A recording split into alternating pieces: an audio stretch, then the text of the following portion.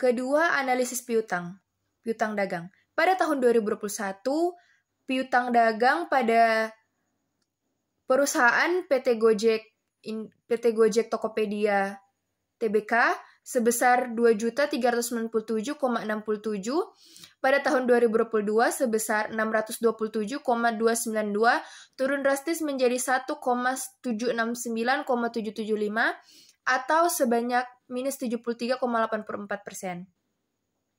Pada tahun 2023 sebanyak 3.318.697 naik menjadi 2,691,405 miliar atau sebanyak 429,05%. Analisisnya, penurunan tajam pada 2022 menunjukkan perusahaan berhasil mengumpulkan piutang lebih cepat atau mengurangi penjualan kredit. Lonjakan tajam pada 2023 bisa berarti peningkatan penjualan kredit, tetapi juga meningkatkan risiko kredit macet jika pelanggan gagal membayar tepat waktu. Jika piutang dagang meningkat lebih cepat dibandingkan kas, perusahaan harus memastikan efektivitas dalam penagihan pembayaran. Yang ketiga, analisis persediaan. Pada tahun 2021, sebesar 344.097.000 rupiah, pada tahun 2022 sebesar 432,195 naik menjadi 397,698 atau 1.152,8%. Pada 2023 sebesar 33,617,291 naik drastis sebesar 33,185,96 atau 7.678,27%. Lonjakan persediaan yang sangat besar pada tahun 2023 menunjukkan ekspansi bisnis, tetapi juga menimbulkan resiko overstocking jika barang tidak terjual. Jika tidak diimbangi dengan peningkatan permintaan, perusahaan bisa menghadapi kerugian akibat barang rusak atau usang. Perusahaan perlu menganalisis perputaran persediaan untuk memastikan efisiensi pengelolaan stok. Lanjut, di sini ada analisis hutang jangka panjang. Pada tahun 2021, sebesar 16.112.589. Pada tahun 2022, 4,330.770, turun drastis sebesar 11.781.819 atau berkurang sebanyak 73,1%. Pada tahun 2023, sebesar 5,554,712 atau naik sebesar 1,223,942 atau 28,26%. Penurunan besar pada 2022 menandakan perusahaan telah melunasi sebagian besar hutang jangka panjangnya. Namun, kenaikan di 2023 menunjukkan adanya tambahan hutang baru yang perlu dievaluasi apakah digunakan untuk investasi yang menguntungkan atau sekedar menutupi pengeluaran operasional.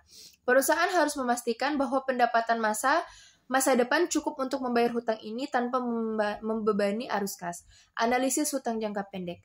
Pada tahun 2021 sebesar 12,293,693. Pada tahun 2022 12,162,456. Turun sebesar 131,237 atau minus 1,6%. Pada tahun 2022 sebesar 12,822,544. Naik sebesar 660,088 atau 5,43%. Analisisnya, perubahan relatif kecil yang menunjukkan stabilitas dalam manajemen hutang jangka pendek. Namun, dengan kas yang terus menurun, perusahaan harus berhati-hati agar tidak mengalami kesulitan membayar kewajiban ini dalam jangka pendek. Yang keenam, ada analisis modal atau ekuitas. Pada tahun 2021 sebesar 139,024,444. Pada tahun 2022 122,723,344 turun menjadi 16,301,100 atau minus 11,73%. Pada tahun 2023 sebesar 35,720 juta. Turun drastis sebesar 87,003,344 atau setara dengan minus 70,89%. Penurunan drastis modal menandakan kerugian besar atau penarikan dana oleh pemegang saham. Bisa jadi ini karena kerugian operasional yang besar, pembayaran dividen, atau restrukturisasi bisnis. Jika modal terus menyusut, perusahaan berisiko mengalami kesulitan keuangan, atau bahkan kebangkrutan dalam jangka waktu yang panjang. Kesimpulan dan solusi yang bisa saya berikan. Yang pertama, tren positif. Hutang jangka panjang menurun di 2022, menunjukkan perusahaan berusaha mengurangi beban keuangan. Yang kedua, persediaan meningkat tajam yang bisa berarti ekspansi usaha atau peningkatan kapasitas produksi. Tren negatif dan risiko. Yang pertama, kas terus menurun yang bisa menyebabkan kesulitan membayar kewajiban pajak dalam jangka pendek. Piutang dagang melonjak di 2023 yang bisa meningkatkan risiko kredit macet jika pelanggan gagal membayar. Modal anjlok drastis, menandakan perusahaan mengalami kerugian besar atau pengurangan ekuitas. Rekomendasi untuk perusahaan. Yang pertama, memperbaiki manajemen kas.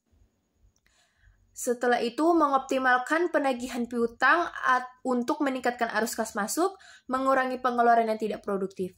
Yang kedua, ada menjaga keseimbangan persediaan, memastikan persediaan dapat terjual dengan cepat agar tidak menumpuk, menghindari overstocking yang bisa menyebabkan kerugian. Yang ketiga, mengelola hutang dengan bijak, menghindari pengambilan hutang baru yang tidak perlu, fokus pada pendanaan internal sebelum berutang. Memastikan profitabilitas dan ekuitas stabil, mengidentifikasi penyebab utama penurunan modal dan mencari solusi untuk meningkatkan profitabilitas. Menarik investor baru jika diperlukan. Secara keseluruhan, perusahaan perlu segera memperbaiki arus kas dan profitabilitas agar tetap bertahan dan berkembang. Jika tidak, risiko kebangkrutan dalam jangka panjang bisa meningkat.